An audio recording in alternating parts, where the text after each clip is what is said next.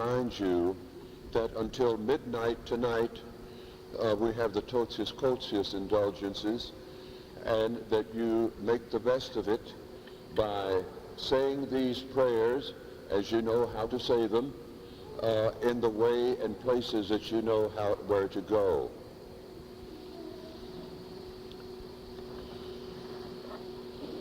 In the name of the Father, and the Son, and the Holy Ghost, amen.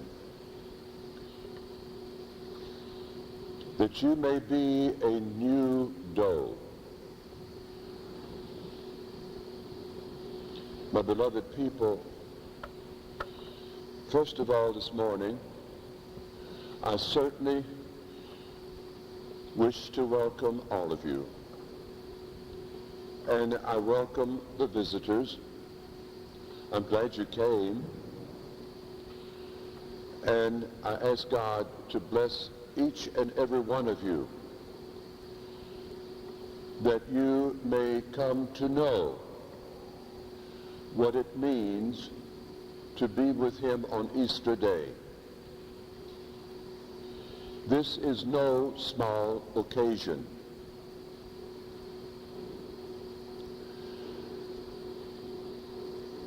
I think sometimes as we move about life and we hear such expressions as, he died for the remission of sins. He died that I may be saved. And other similar expressions. And we do not stop and concentrate to think of just exactly what these expressions really refer to. We take them so for granted, and they become rather meaningless to us as we move about life and as we try to look and reflect on what is being said. We probably think no more of the expression of he died for the remission of sins, no more than we would think of saying going to confession and saying I'm sorry, and the priest giving us absolution, and it is all cut and dried and done and over with. And it is of no greater significance or importance than just that. We seem to fail to remember of just exactly what it meant for Adam and Eve to have committed the first sin. When the first sin was committed by Adam and Eve, the entire intention of Almighty God was frustrated. And whereas he made us for the solitary purpose of being with him forever in heaven, that was the only reason why you and I are here today at this moment, to be with God for all eternity. Adam and Eve slammed the doors shut, and the entire effort was frustrated. It was no longer possible for any of us to have reached our purpose. If just one of us, just one, not two, but if just one of us had been able to squeeze through the gate, last Friday would have been totally unnecessary. But not a single one of us could squeeze through that gate. And as a consequence, we would not have been able to save our immortal souls. and we would have suffered forever. Remember the other day I made a little example, and some of you heard it for the first time. I repeat it this morning for a purpose of refreshing our memory, and for those who did not hear it, that they will hear it for the first time. As I said the other day, I'm speaking of eternity right now. I said the other day, as we are approaching the great and mysterious wonder of the millennium, and everybody is excited about it, and we're counting all the shopping days that are left between now and then. The millennium represents 2,000 years since the birth of our blessed Lord. Now let us look at eternity for a moment. Let us suppose this is possible. Let us suppose that every 1,000 years a little sparrow will go to the great Atlantic Ocean and pick up one drop of water and carry it away. When he dries up the Atlantic Ocean by that process, eternity will just be beginning. How many trips has that sparrow made since the birth of Christ, or will make by the time 2 more years go by? How many trips will he have made? 2 trips.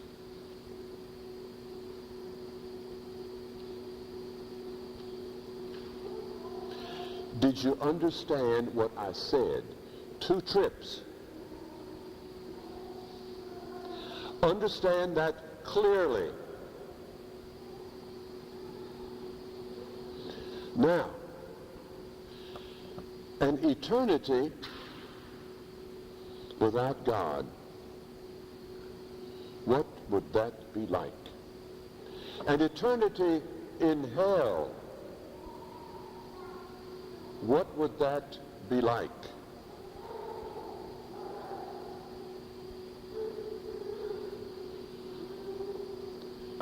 So let us on this day come to an honest adjustment of our attitude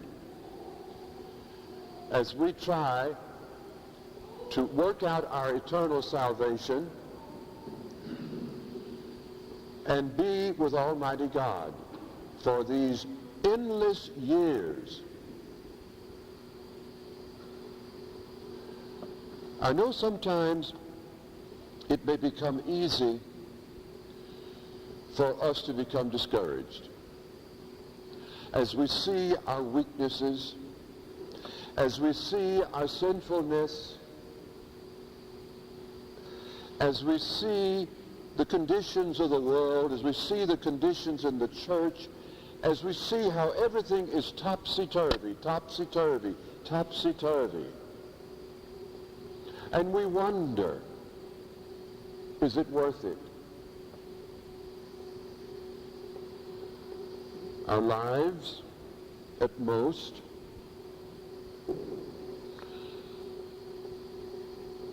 might be 60, 70, 80, or more years on this earth, into which we have deposited everything that we know, everything that we have, everything that we do, everything that we want.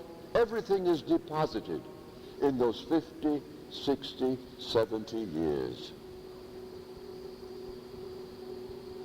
When we look at those 50 or 60 or 70 years, when compared just for 1 millennium, look what a fragment of a part of 1 millennium those few years are. And since the last millennium Look how many generations have gone over the face of this earth. People who were as active and as strong and as important and as vibrating as you and I. They came, they're gone. They came and they're gone. We have come and we shall be gone, just like they. And if they put, if no more than the time that it took to take those 2 drops of water out of the Atlantic Ocean in exchange for what they want out of this life, what a poor, poor piece of economy that would be.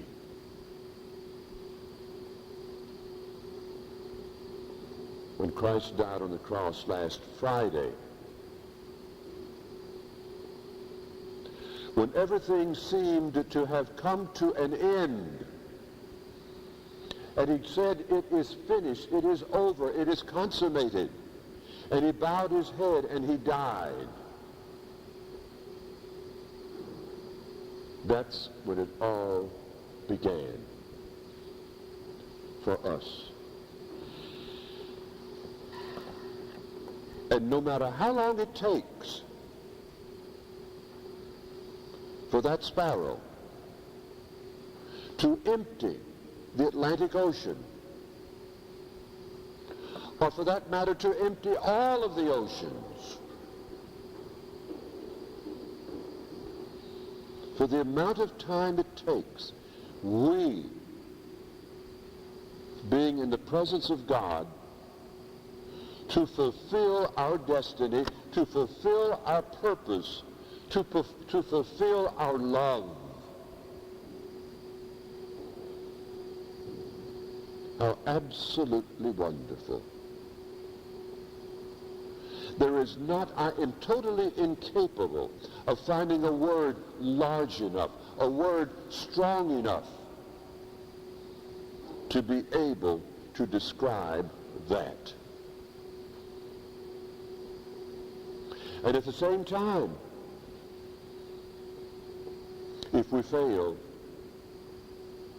if we let Satan win over us and to subdue us and to conquer us and to take us and capture us and have us be with him for all eternity,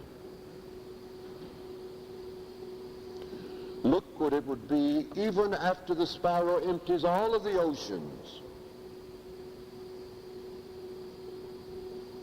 I cannot find a word that would adequately describe that. Neither can you. And so we have to put first things first, and that these occasions, Easter, Christmas, Annunciation, whatever the occasion, Christmas and Easter in particular, when we reach these feasts, that they are not just simply civic holidays. When our civic leaders of past years, good, bad, and indifferent, died, and we call upon them, it's just a memorial service, no more, no less. But when we call upon this one leader, it puts us in union, direct union with the Heavenly Father, as much as we can be united to him here and now on this earth. So when we are asked to do the little things, and they are indeed trivial, the most difficult, the most important thing, the most inconvenient thing, the most painful thing that you can be asked to do in order to save your immortal soul. Are you going to put that on the scale or the balance with those 2 drops of water that the sparrow has consumed.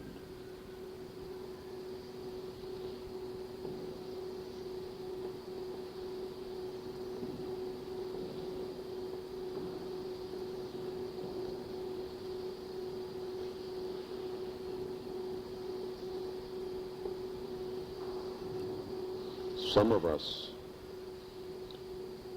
might be tempted to do that. And that would be dreadful economy, spiritual economy. That would be spiritual bankruptcy. For the sake, now it took the sparrow 1,000 years to go after 1 drop of water. Whereas it takes us a fraction of a few seconds to choose something other than God himself. How long did it take Adam to take a bite out of an apple? How long did it take him to do that? And just because that man took 1 bite out of 1 apple, against the will of God, of course, look what it caused. And even that, if we take all of this that has happened since the moment of Adam until now and put it all together in 1 bag, if we could, that bag would not be as heavy as the indescribable pains of hell that we would have to endure way beyond, way beyond the emptying of all the oceans on the earth. Last Friday, he made it possible for us to go around this, and he asked us, or rather, he showed us what to do. But look how much courage it takes for us to refuse to take just 1 bite out of 1 apple.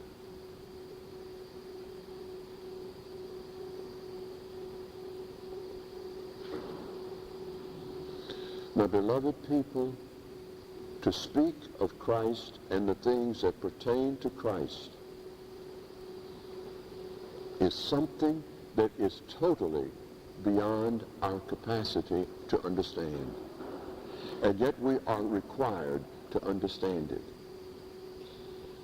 We're not here this morning because of the pretty decorations or because of the pretty church or the music or whatever, the singing. We're not here for that at all. Let us not fool ourselves. And we have got to do more than just, if nothing else, to fulfill a small obligation to be here this morning. The obligation to be here this morning is small indeed.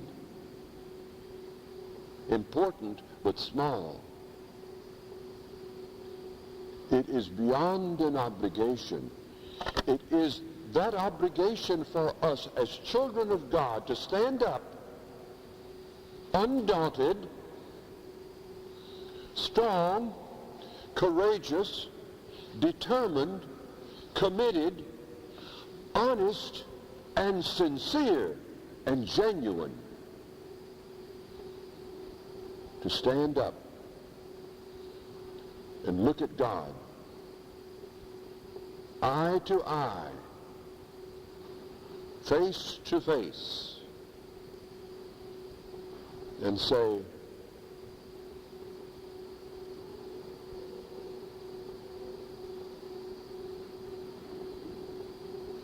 I love you.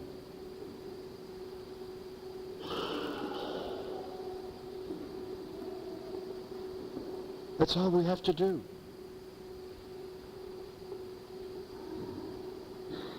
And if we can say that with all of the genuineness that is required of us in so saying, we can go out like St. Augustine and do anything we want to. St. Augustine says, if you love God, you can do anything you want to. If you can. Because your love will not, our love, I always keep forgetting us. Our love will not permit us to hurt the one we love so much. May you be blessed. May you be given every grace, every single solitary grace that he had in the palm of his hand when he was hanging on that cross. And when he looked at St. John,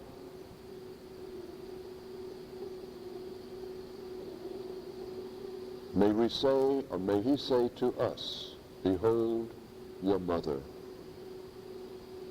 And may he say further, behold your father. If you will please kneel, I will give you a very special blessing.